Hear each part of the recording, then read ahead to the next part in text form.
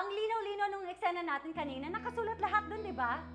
Sorry na, hirapan mo lang viewers ko dati tapos lang makatulog. And just interesting again. Wow, ha, ang dami mo pang palusot. Ano, lahat kami mag-a-adjust dito dahil napuyat kakaka-video call dun sa girlfriend mo na nasa Amerika? Ano bang pakialam mo? Ano sa tingin mo? Sorry na nga, I did my best. Kung talagang ginawa mo ang best mo, edi sana hindi tayo natatagalan sa isang basic na scene. Hindi ka ba nahihiya kinadirect sa mga tao dito sa set? Sa akin? Oh, sorry! Sorry na, okay?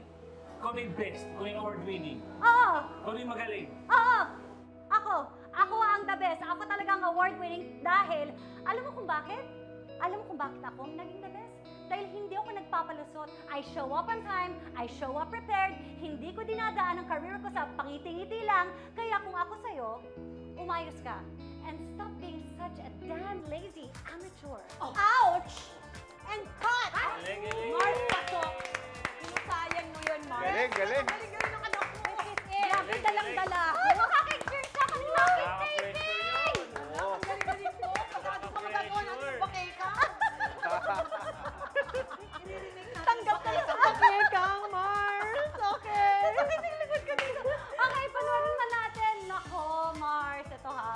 Okay. Si Mars Neil and his live screen partner. Sino pa nga ba? Kundi si Mars. Ay, alam ko, Pars, na mismo akong ka-eksena. Oo naman. Kaya eto na, this is Ito your na. chance. Oo. Wow, this is your Thank you. Okay, Pars, dito ka. Ito na, this is my your chance. Yun. Okay, bigyan niyo lang po ako ng moment na Okay, makapag-actor's actors cue. cue, actors cue. Ready na ako, direct.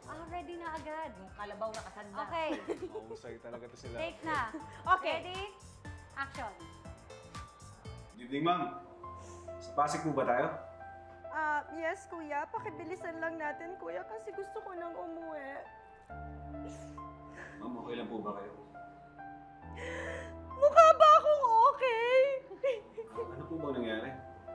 Sabi kasi ng boyfriend ko, uuwi na siya galing Hong Kong, tapos magpapakasal na kami. Yun pala, nasa Cavite lang siya, 2 buwan na. Tapos may iba na siyang kinakasama, walang yang yun. Ma'am, pabayaan niyo na lang yung ex niyo. Alam niyo, sa dinami-dami ko naging pasahero dito, hindi lang po kayo yung niloko, hindi lang kayo yung umiyak. Katulad nila, marirealize niyo na makakakita rin kayo ng mas deserving na love story para sa inyo. Hindi eh, ang daya-daya niya. Bakit siya ganun? Pero ma'am, ganito na lang, mag-drive-thru tayo, tapos ililibre ko kayo ng ice cream sundae. Talaga ba? Smile na kayo. Ay, yung ano ha, vanilla. With Ayan! Nakauwi ka. Sa date! Nakipag-date sa driver, Mars. Kayo may hot fudge. Oh, may na- hot Alam fudge. mo, totoo ba na pag driver, sweet love? Parang Mars, no? Sweet siya masyado. Kinonfirm niya, Mars. Bakit nagbagay sa yung role? Siyempre, eto na, my recorded scene is up next. Napalaban ako dito, mga Mars. Kaya dapat level up ang actingan kasi nalaman ko, ang makaka-eksena ko dito ay walang iba kundi si Alex. Mars! Alex, ready? Saan ka na naman ba galing? Bakit? Hanip pa! Hanip sa sagot ah! Bakit? Ano lang ba ako dito? Ewan. Security guard, principal. Harapin mo ako!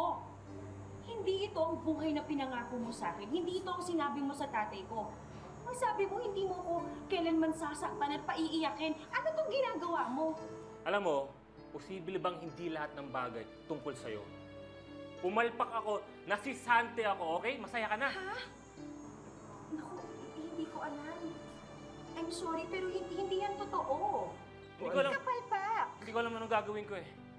Hindi ko alam paano sasabihin sa'yo na nagkamali ako, pero alam ko, kahit hindi ko alam saan magsisimula ulit, alam ko, hindi ako tamad, hindi ako pabigat.